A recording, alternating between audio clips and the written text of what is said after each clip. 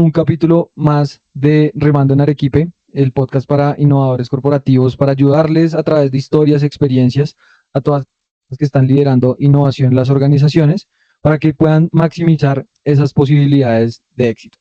El día de hoy tenemos un invitado que ahorita fuera de cámara le decía, oiga, hermano, yo veo su experiencia y yo quiero ser, cuando grande yo quiero ser así. Entonces, bienvenido Santi, cuéntales a todos quién es Santiago Hoyos. Santi, pues como te decía ahorita también, y es, llegarás a grande, te ganarás tus canas y te ganarás tu barba, que es lo que sucede con el pasar de los años también, y ganarás mucha experiencia sobre estos temas y muchos otros con seguridad. Pues ves, Santi, yo te diría como varias cosas de mí. Una es el papá de dos chicos perfectamente imperfectos, una chica de 16 y un chico de 12, que como dice la gente, con algo de mística, esos son los maestros de la vida, así que uno aprende muchísimo a través de los hijos. Casado con una chica hace mucho rato, yo creo que esto siempre me cuesta, pero unos 18 años, o sea que ya llevamos un ratico juntos, gran compañera de la vida, amor del puro y del tradicional, una relación muy chévere. Apasionado por la bicicleta, apasionado por el café, apasionado por la cerveza y todo lo que tiene que ver como con ese mundo. Y de mí, desde el punto de vista profesional, de formación ingeniero mecánico, abandoné muy tempranamente la ingeniería mecánica. La estudié con mucha pasión y creo que un año y medio después me di cuenta que lo que quería tenía que ver mucho más con esta línea de pensamiento de cómo se crecen y se transforman las empresas, y arranqué pues por un área muy típica en ese entonces, que era el de diseño de nuevos productos. Pero de ahí en adelante he hecho muchas cosas de formación y he trabajado en varias industrias, pues iba a mencionar algunas porque yo creo que de lo que siento yo satisfacción a tu punto de mi experiencia ha sido la posibilidad de tener ciclos en diferentes entornos, en diferentes contextos, en diferentes geografías. Entonces, decirte que empecé hace mucho tiempo en el mundo de Yamaha y de motores fuera de borda, y ahí aprendí mucho de la parte dura y pura pues de la tecnología de los motores, y luego de eso me moví al mundo de cosméticos y farma, luego de eso me moví al mundo de los alimentos, luego de eso me moví al mundo de los materiales de construcción, luego de eso me moví al mundo de la energía. Entonces he tenido la posibilidad de estar en muchos de estos ambientes de empresa, y de estas empresas, dentro de ellas pues empresas muy conocidas en el ámbito latinoamericano como Nutresa, como Grupo Argos, y ahora pues como ISA, y siempre con un hilo conductor. Siempre ha estado esto alrededor de crecer y transformar, porque he hecho muchas cosas dentro de estos diferentes roles que han tenido que ver con crecer y transformar. Y en formación, además de ingeniería mecánica, que es como mi formación base y a la que vuelvo cada que estoy por ahí desparchado un fin de semana, que tiene que ver pues casi que con pasión y con hobby. Luego de eso me fui para Australia, hice un máster en gerencia de tecnología, y recuerdo que cuando regresé de Australia me llamaron a ofrecerme cargos de gerencia de TI. Yo les decía, no, nada que ver. Esto tiene que ver en cómo entender las tecnologías claves de una organización para seguir desarrollando nuevas soluciones alrededor del core y no de estas tecnologías habilitadoras. Y después de mucho tiempo estar en el mundo técnico, me moví como al lado brillante de la luna y estudié un MBA para entender mucho más los temas de negocio. Ese es como un breve recuento de toda esta historia y todas estas canas, Santi. Mira que ahí me siento muy identificado, aparte de ser tocayos, que al final yo creo que entre Santiago eso no se entiende. Yo estudié ingeniería civil y me pasó algo similar. Salí a trabajar y dije, uy, pero a mí como que me gusta más otras cosas de creación de negocios y como, digamos, en esa transición que hiciste a temas de diseño de producto y demás, porque uno muchas veces piensa como que uno es lo que estudió o parte de la identidad es lo que uno estudia, pero también, y sé que te gusta también Alejandro Salazar, es uno también la identidad es lo que hace, ¿no? Entonces, cuéntanos un poquito más de esa transición, porque al final nos mencionaste muchas industrias y es cómo una persona puede crecer y transformarse en diferentes industrias, sin, pues, evolucionando también esa identidad de, bueno, yo soy ingeniero mecánico, pero eso no me define qué puedo hacer y qué no puedo hacer, y qué crees que ha sido clave en poder ir evolucionando y escalando en esos diferentes roles, en esas diferentes industrias. Santi, yo creo que buena pregunta como para decir lo siguiente, y es, yo creo que no todo, y muy en la misma teoría de Alejandro Salazar, no todo lo que uno hace es tan deliberado, probablemente en el inconsciente y con algo de intuición, pero no es tan deliberado. pero yo creo que en algunos momentos de la vida donde se dan unas disyuntivas y unos puntos de inflexión, sí debe haber como una consolidación consciente e inconsciente de cosas que uno sí quería perseguir. Entonces voy a mencionarte a tu punto de, yo fui ingeniero mecánico un tiempo hasta que alguna vez me pusieron a liderar un proyecto de ERP en ese entonces, pues a implementar SAP. Eh, y uno de los retos que uno tiene cuando uno está implementando una suite de soluciones dentro de una organización, en ese caso fue en Nutresa, en Noel, es que vos tenés que entender el proceso contable de cuentas por pagar, cuentas por cobrar, y tenés que entender el proceso de mercadeo, tenés que entender el proceso comercial, tenés que entender el proceso productivo. Y hay algunos de esos momentos de la vida, para mí fue ese, en donde yo tuve un punto de inflexión, entendiendo que mi cerebro no solamente estaba preparado, apto, dispuesto y motivado para entender los temas puros de la ingeniería o los temas puros de desarrollo de los productos, sino que uno le podía meter a esto mucho más en la medida en que se acompañara con motivación. Yo creo que ahí empecé a tomarle mucho gusto a esto de emprender nuevos caminos y creo que eso tiene mucho que ver con ese relato que te di al principio sobre diferentes industrias en las que yo he sentido que muchos de esos conocimientos me han venido acompañando, pudiéndolos uno aplicar a las diferentes industrias. Entonces, ese es un punto de inflexión a tu punto, que no es un proceso que haya sido planeado y deliberado, y que creo, y cuando veo muchas de las otras cosas de mi vida, también han sido puntos de inflexión. Cuando piensa en su pareja fue un punto de inflexión. No fue, yo hablaba estos días con mi esposa, decía, esto no fue amor puro ni conciencia pura, esto es pura construcción. De acuerdo, de acuerdo. De hecho, hay muchas cosas que en esos puntos de inflexión que mencionas, yo me acuerdo mucho cuando yo estaba, y te cuento esta historia, yo estaba de practicante en el Puente Pumarejo haciendo ingeniería civil en la obra, untándome las botas, y me llama el presidente de la compañía, oiga, voy a abrir el área de innovación, y alguien lo postuló usted para eso, se le mide, y yo dije, yo no sé nada de eso, pero suena chévere, y empecé a descubrir ese mundo de innovación y dije, oiga, esto lo que me permite es sanar curiosidad intelectual, que creo que es algo que tiene en común las personas que hacen innovación, que es como Catarsis llamaba, que ahí tenemos unos episodios también de ex personas de Catarsis, las ovejas negras que tienen ciertos patrones en común, que yo los veo en ti también con Marathon Finisher, es muy chistoso porque me voy a atrever a hacer hipótesis y tú me vas a decir si sí o si no. Entonces, La clarividencia. ese no, pero sobre todo, curiosidad intelectual. Te encanta aprender cosas nuevas todo el tiempo. Yo creo que sí. Y además de aprender, Santi, una cosa que algunas me dijeron en una retroalimentación de un assessment, y es, tenga mucho cuidado con la forma como usted toma decisiones, porque usted a veces se tira a la piscina y luego pregunta si tiene agua o no, o si está en aceite caliente. Entonces yo creo que hay un elemento en mí que tiene que ver con curiosidad experimental, además de cognitiva. Entonces, ese es uno. Segundo, deportes y hábitos que no son del ámbito profesional, pero hacen que las personas puedan ser grandes profesionales, como hacer deporte, dormir bien y comer bien. Sí, y te voy a decir lo siguiente, y es la bicicleta se volvió en mi doctor. Yo lo consulto frecuentemente. Entonces, yo creo que tiene que ver con estilo de vida, pero tiene que ver también con medicina para la vida, pues. De acuerdo. Tercero, ¿te gusta leer?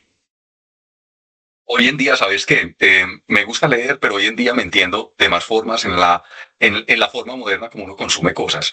Me gusta leer, me gustan los audiolibros y me gustan los videos. Y pues consumo constantemente de todos los formatos de conocimiento. Me parece fascinante. Es increíble, sí. De hecho, ahí te doy un dato curioso también que mi esposa me dice, como, oiga, ¿usted por qué no paga Spotify? Y yo le decía, no, es que yo no escucho música, yo me voy al gimnasio, pongo un podcast y ahí no tengo ningún problema con el gratuito.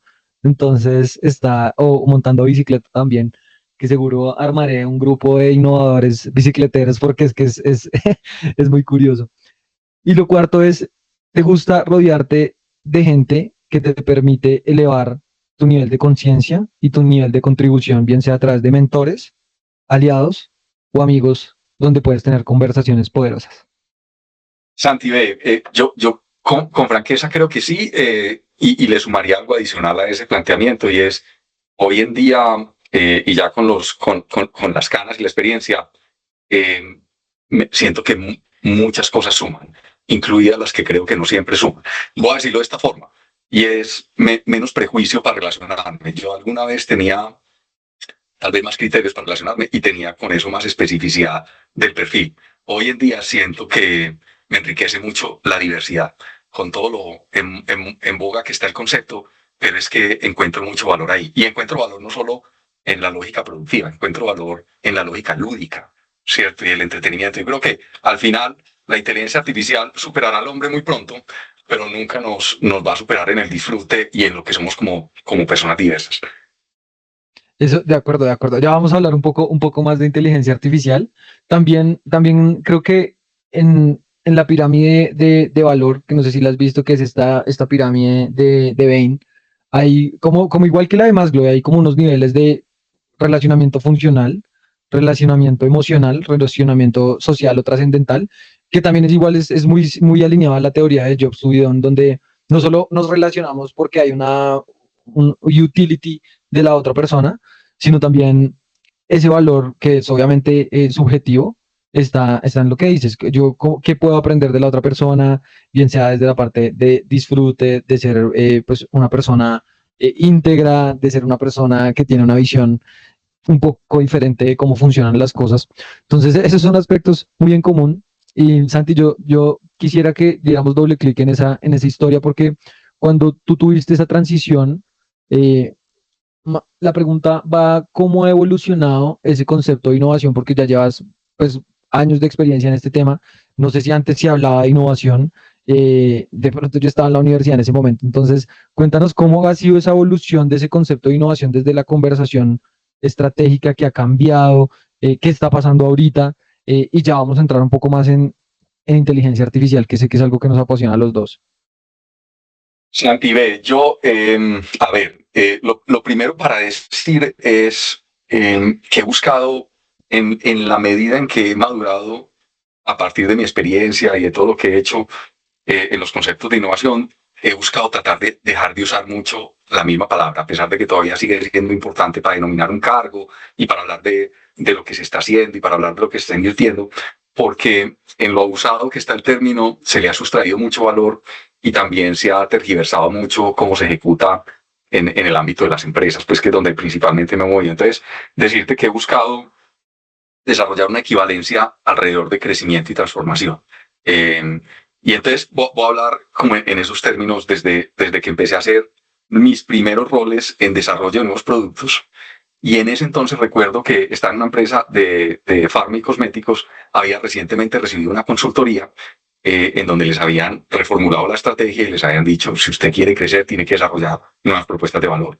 Con lo mismo que ya tiene, no va a lograr atender el mercado y que además tiene que entender mucho mejor nuevas necesidades de mercado para que pueda crecer con esa misma base de cliente, pero con nuevas necesidades para poder atenderlo mejor.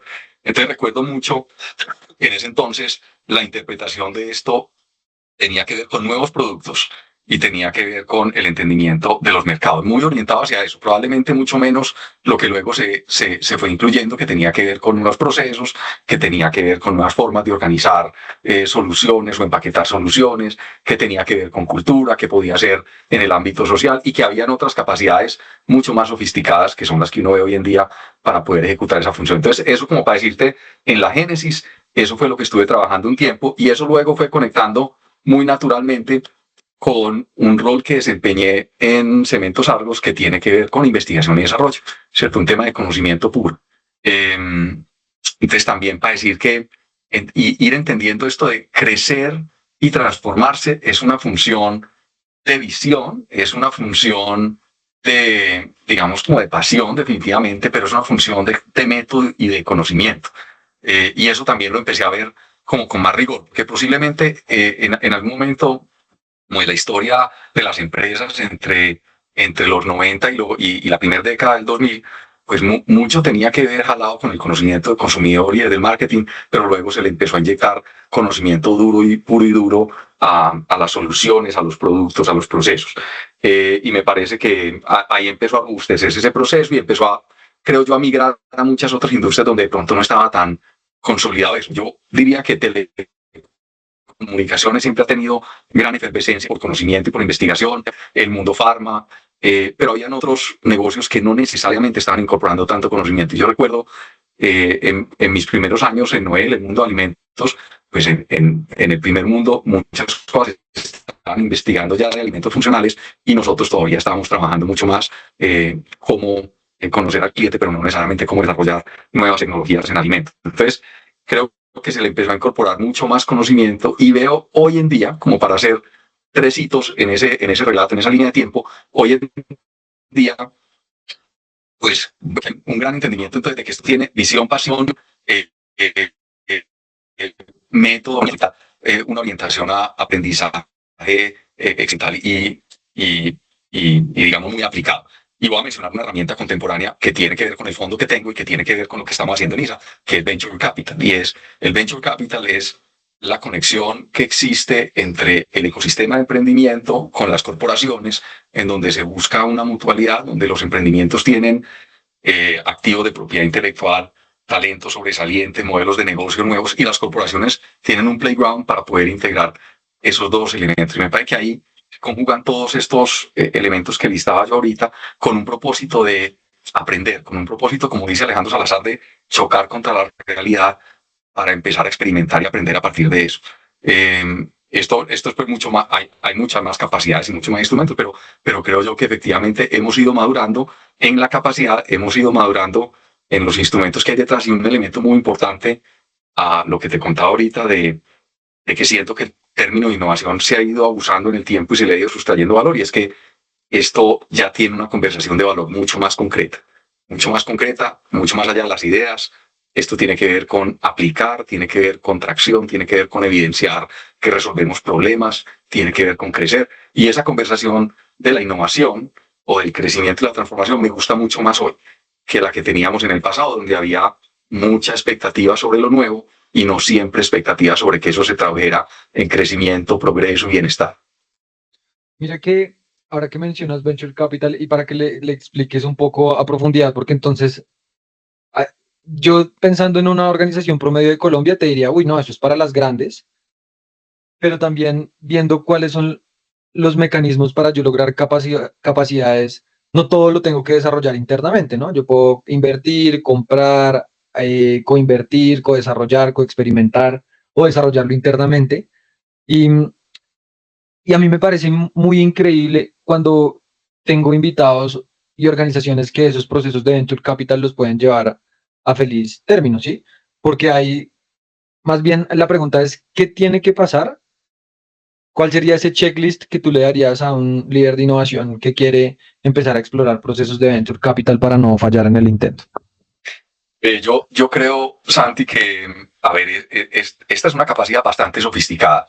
Entonces es toda una industria, tiene todo un conocimiento detrás, así que lo primero pues es hacer conciencia de eso, que esto no es una de esas propuestas que uno lanza en una reunión, sino que tiene que ser el resultado, muy probablemente, de una conversación a nivel del liderazgo dentro del marco de la estrategia de la compañía, donde se identifique que se quiere desarrollar una capacidad estructural y estratégica para resolver grandes retos del negocio y acelerar el impacto en el negocio. ¿Cierto? Las premisas tienen que ser esas desde la estrategia, Santi. Si no, yo creo que uno no prosperará en esa conversación. Y si se siente que es un planteamiento desde innovación, yo creo que menos probabilidades todavía. Entonces tiene que ser jalado de la estrategia y con dos atributos que acabo de mencionar, y es cuando uno necesita en un negocio o en una industria innovación de más impacto a más velocidad. Y yo sé que hasta ahí pues todo el mundo diría, sí, yo quiero, eso es para mí, pero yo creo que es de verdad que en la estrategia tienen que quedar definidas grandes ambiciones,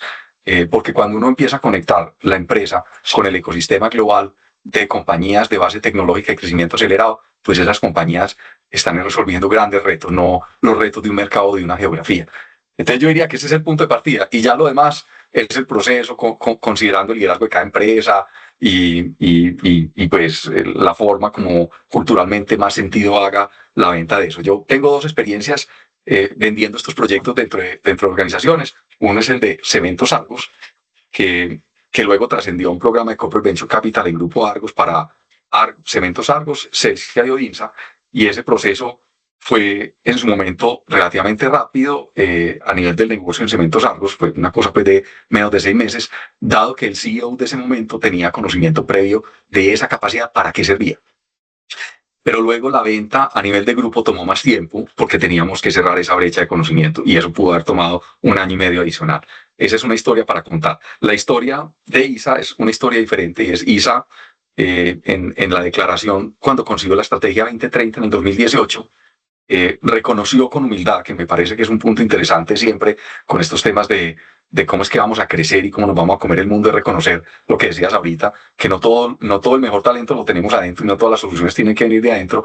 Dijo, hombre, este ecosistema, esta industria va a resolver los retos de la transición energética a partir de una lógica de ecosistema y no de una lógica de empresa. Y en consecuencia, yo me debo conectar no solo con los aliados técnicos y comerciales actuales, sino que me debo conectar con los que están en la periferia del negocio, desarrollando nuevas tecnologías y nuevos modelos de negocio. Eso es una interpretación mía de una conversación que se dio por allá en el 2018. Yo no estaba en ISA, pero sí tengo elementos para decir que hubo un nivel de conciencia de ese tipo para decir a este ecosistema le tenemos que inyectar nuevos insumos. Si no, vamos a seguir en un loop cerrado y estaremos en largo plazo anémicos. Entonces me parece que con esa claridad se pensó en la visión de tener un programa de Corporate Venture Capital y ya luego lo que siguió fueron varios años en cerrar esa brecha de conocimiento, en alinear la capacidad con los objetivos de la organización y en entender muy bien ese para que luego de que uno engrane muy bien el para qué, conecte mucho más fácil el cómo, consiguiendo pues el conocimiento y definiendo la estructura. Entonces, recapitulando la pregunta, Santi, yo creo que lo primero es que esto se articula desde la ambición de crecimiento de la compañía, que se refleja en la estrategia, y luego se termina de hilvanar en las conversaciones de liderazgo de la organización para que en última instancia llegue uno a constituir equipos y procesos de conocimiento. Mira que me da demasiada curiosidad porque uno ve esa teoría de portafolio de H1, H2 y H3, pero me da demasiada curiosidad cómo es el portafolio, o sea, ustedes cómo estructuran el portafolio de inversiones, o tú como líder de esa parte, cómo lo estructuran y cómo se operativiza este tema de Venture Capital. Entonces hacen scouting una vez, cuáles son las etapas, cada cuánto lo hacen, cómo se ve un equipo que está dedicado a eso, lo haces tú solo, que no creo. Sí, buena pregunta. Entrando en el cómo, hay muchas cosas ahí interesantes y que en algunos casos son contrarias incluso a la teoría de estrategia de las empresas. Entonces, la teoría de estrategia de las empresas es concentre en su ventaja competitiva. No diversifique su negocio, es concentre su negocio, concentre sus recursos. En la teoría de portafolio de Corporate Venture Capital se tiene que diversificar el riesgo, porque uno está invirtiendo en compañías alrededor de una tesis de inversión que define unas temáticas de interés y uno empieza a identificar prospectos en esas temáticas y empieza a hacer inversiones minoritarias, que es parte de la premisa pues, de Venture Capital y que es minoritaria no por riesgo, es minoritaria también deliberadamente, porque cuando uno invierte en una compañía, lo último que uno quisiera es tomar el control y desincentivar a los emprendedores. Y lo otro último que uno querría es exclusividad, porque eso pues daría cuenta de que el mismo emprendedor no está creyendo en el potencial global que tiene su solución. Entonces, empiezan a aparecer algunos de estos criterios que son contrarios a lo que uno ve a veces en las conversaciones de negocio, para tener entonces diferentes posiciones en esas compañías. Las estadísticas de las compañías en esta nomenclatura que han definido los norteamericanos de compañías serie semilla, serie A, serie D, serie C, serie D, dan cuenta de que menos del 50% de las compañías pasan de serie A. Una compañía serie A, pues para ilustrar el punto y ponerle un poquito más de identidad, es una compañía que ya tiene un product market fit, conectó algo con el mercado, no es rentable, todavía crece hacia la rentabilidad, no tiene punto de equilibrio, tiene un equipo conformado suficiente para el despliegue de esa propuesta de valor, pero todavía no está siendo capaz de atender un mercado grande, tiene un modelo de negocio que es capaz de entender que puede monetizar, pero no necesariamente de una forma rentable. Y ahí como para dar varios elementos para decir, eso es una empresa muy amorfa, ¿cierto? Muy amorfa.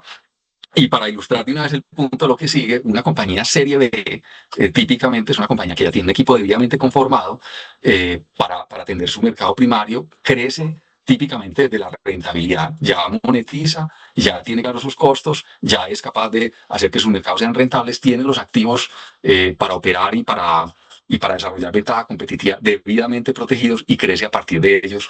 Entonces ya es una entidad no da punto de equilibrio todavía y tiene riesgos todavía de mucho tipo, riesgos tecnológicos, riesgos de mercado, riesgos incluso de talento y de cultura, como todavía es un equipo que tiene que estar muy cohesionado para que sobreviva. Pero con eso para decir que el factor riesgo intrínseco que tienen las compañías en esas etapas y con esos crecimientos acelerados hace necesario que vos tengas que tener una diversificación muy clara en tu portafolio. Hay una regla de oro, hay una que dice que uno debería, a la hora de conformar un portafolio de venture capital, tener un número de inversiones no inferior a 10. Hay otros que dicen no inferior a 15.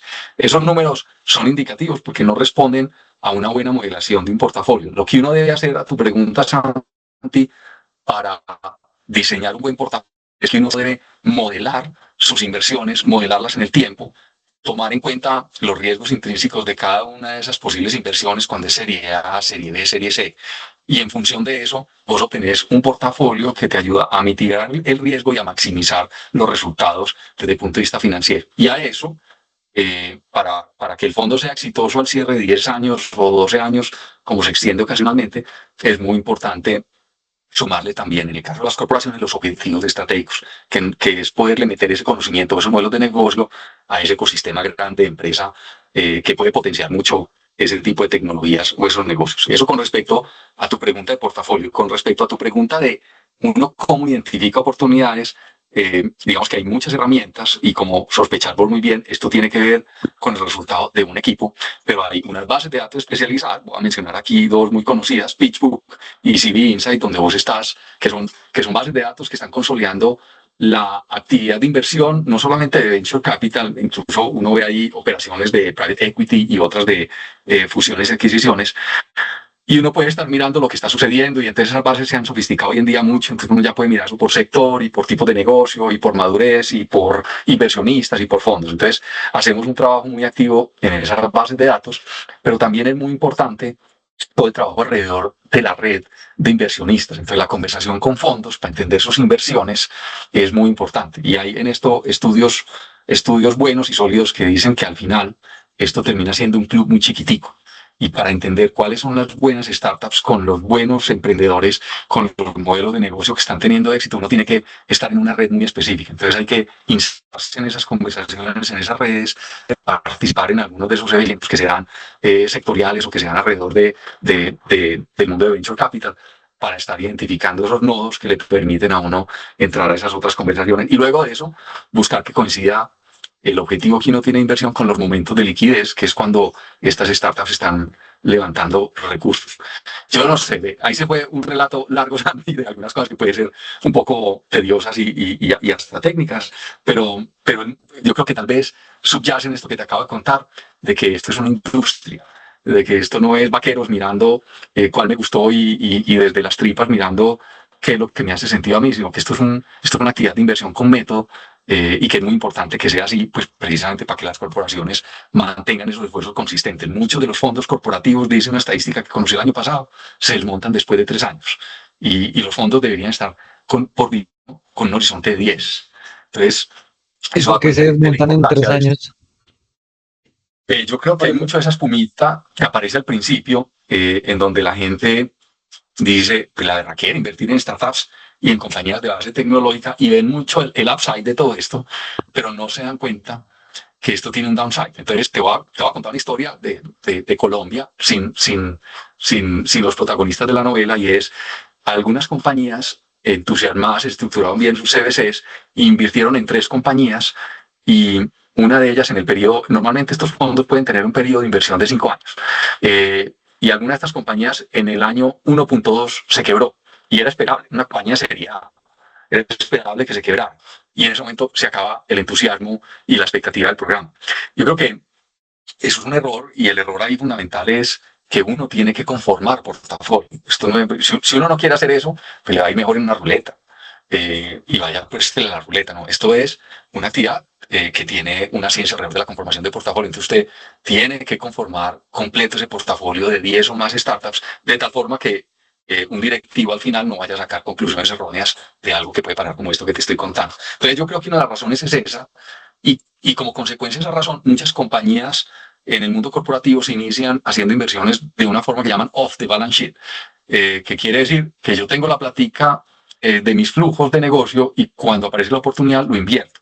Eso es bueno porque pues, es un mejor uso, diría el tesorero de la empresa, de los recursos, pero tiene ese riesgo que está expuesto a los vaivenes del negocio. Entonces, si el negocio tuvo un año malo, no, este año no hay venture capital y se puede quedar corto otra vez el portafolio, a diferencia de los fondos que quedan debidamente conformados con capital comprometido.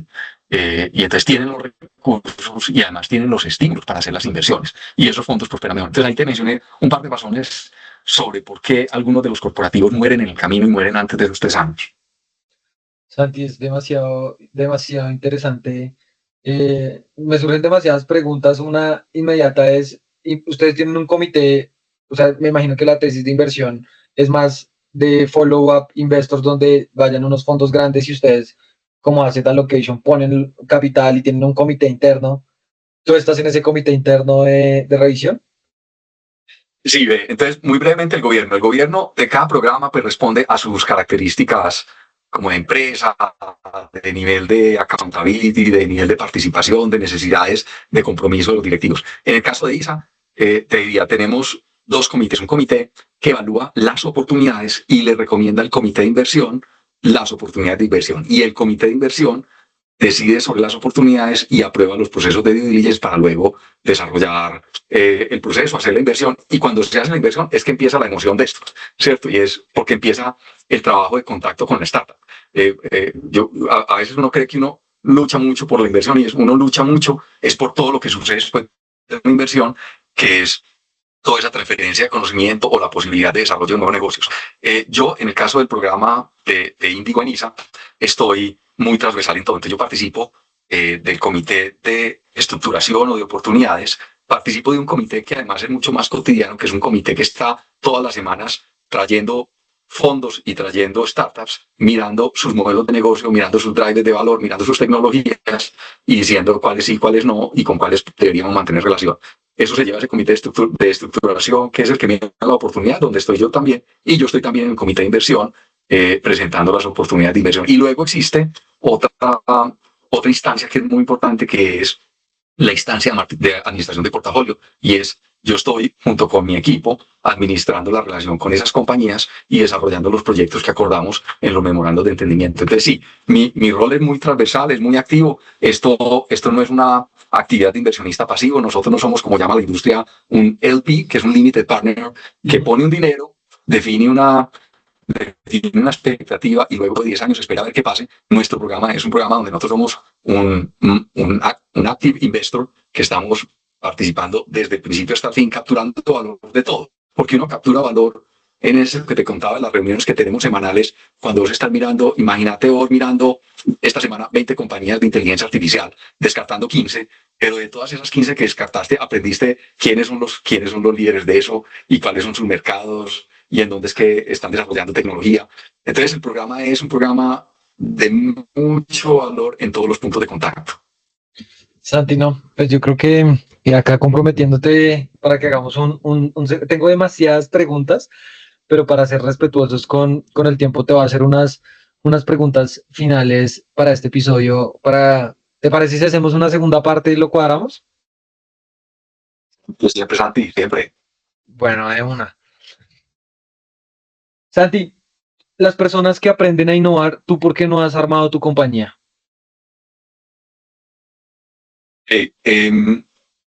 Yo he encontrado como diferentes caminos en los cuales me ha gustado meterme en esto de crecer y transformar, pero no ha sido necesariamente en un negocio. Entonces, te voy a contar una cosa que me gusta mucho, y esta semana precisamente tengo una reunión con ese grupo, y es con un grupo de, yo creo que predominantemente paisas, armamos un fondo de inversión de capital semilla.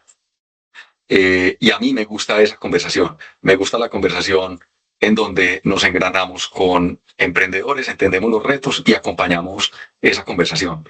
Yo me atrevería a decir, teniendo ideas y algo de pasión en eso, que sí debo tener una simetría de información, Santi, una simetría de información en haber conocido tanto esa probabilidad de falla, tanto ese nivel de inversión de tiempo y energía alrededor de los emprendimientos, que posiblemente con ese exceso de información digo, no, mi mejor efectividad, como lo haría un chita en la sabana africana, no es andar corriendo a 100 kilómetros por hora por la sabana africana, sino, hombre, yo cuando veo gacelas, me gusta más estar corriendo detrás de las gacelas. Entonces, sí, creo que algo de eso explica por qué no me he metido en la creación de nuevos negocios y por qué sí me he metido más en este mundo de invertir y acompañar y conectarme con emprendedores.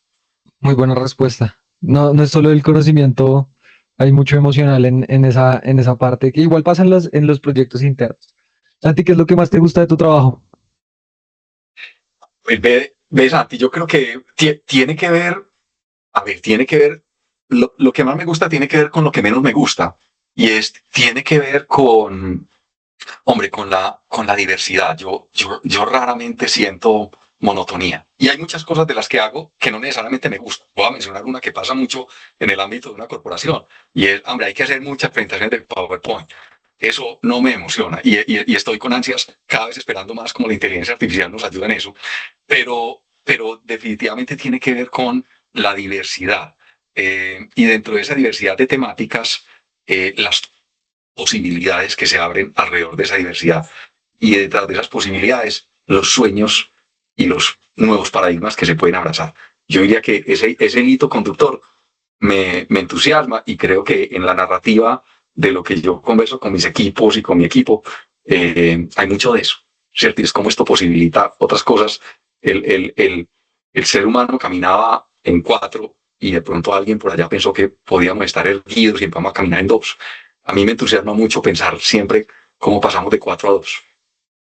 Es tremendo. Ahí les cuento para los que estén escuchando esto que yo tuve el honor y la fortuna de tener a Santi de estudiante en un taller que yo no lo podía creer. Y ahí nos conocimos y fue increíble tener ese. Yo me acuerdo mucho la reacción al final del taller. Tú me dijiste, hermano, eso que usted acaba de mostrar, yo necesito. Me dio mucha alegría porque es eso romper paradigmas y creo que innovar sobre el proceso de innovación es algo muy, muy bacano, siguiendo con ese hilo conductor que estás mencionando. Santi, si tú te pudieras devolver en el DeLorean de la película esta de Volver al Futuro de Marty McFly, al pasado, a darte un consejo al más joven Santi, iniciando en el mundo de innovación, ¿qué consejo te darías? Uy, hay una pregunta parecida a eso que tiene que ver con el aprendizaje, Santi, sobre qué cosa aprendí que me hubiera servido para que el camino hubiera sido probablemente más expedito. Pero yo siento que en mi vida muchos de esos desaciertos, como te decía al principio, han tenido que ver con esos puntos con esas disyuntivas y que en cada uno de ellos, con algún nivel de conciencia y otro inconsciencia, lo que sí me cogí me amarré muy bien los pantalones de convicción a comprometerme con el curso de acción. Entonces, hombre, yo creo que para mí fue muy importante. En algún momento de mi vida me fui para la Marina.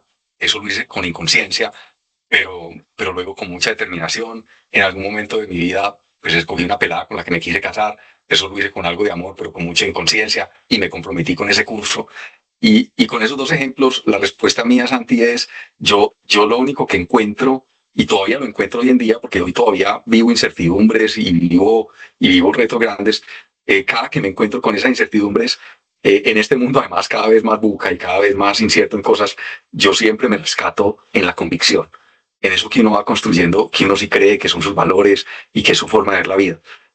Y no es una respuesta en defensa como de la ortodoxia. Yo pues en algún momento sí creí que era ingeniero mecánico y luego creí que yo era implementador de ERPs, pero no vivo como de la ortodoxia de decir yo soy esto.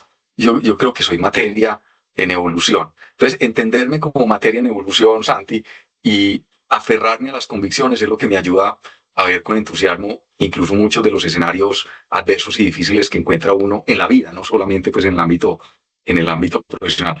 Respuesta muy conceptual, te la di casi que encriptada tipo narcotraficante hablando con narcotraficante, pero así se fue. Bueno, no, suena increíble. Es como una interpretación no siempre se puede tener toda la información para tomar la mejor decisión, pero creer que la decisión que se está tomando es la mejor y ir convencido hacia allá. De acuerdo. Santi, ¿qué le dirías a las personas que están remando en Arequipe con sus sistemas de innovación, que al final, pues este es un proyecto que yo hice haciendo preguntas que me surgen y que tenía cuando empecé a crear sistemas de innovación en una empresa del sector constructor, donde yo decía, ¿por dónde empiezo? No sé qué hacer. Y uno básicamente se va sintiendo, eh, no ahogado, bueno, sí, como que hace y no avanza. ¿Tú qué consejo le podrías dar a esas personas que están en esos procesos en este momento? Santi, me muy buena pregunta y voy a contestar dos cosas que se me ocurren en este momento. Primero, una interpretación. Remar en Arequipe tiene que ver con moverse en un sistema muy viscoso que requiere energía.